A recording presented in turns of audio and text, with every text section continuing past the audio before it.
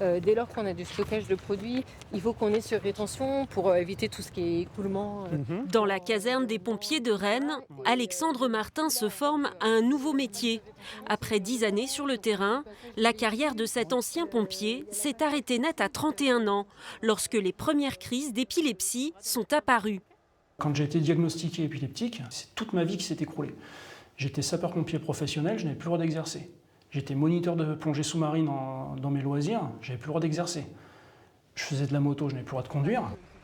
Une reconversion s'impose. Alexandre devient régisseur pour les opérations de communication des pompiers. Jusqu'à ce que son épilepsie s'aggrave, il se fait opérer et de nouvelles contraintes s'imposent alors.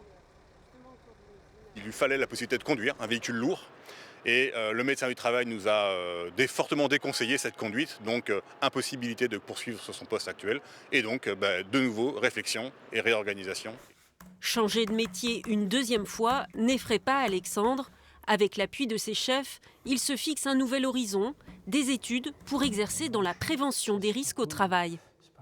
Le fait d'avoir un employeur qui m'accompagne dans une reprise d'études pour aller passer un bac+3 va me permettre d'avoir une évolution de carrière, de nouvelles responsabilités et de m'épanouir sur les 25-30 prochaines années. Pour cette association qui accompagne des épileptiques, le cas d'Alexandre reste un exemple d'adaptation à une maladie prononcée, mais elle souligne que dans l'immense majorité des cas, les effets de l'épilepsie restent peu handicapants.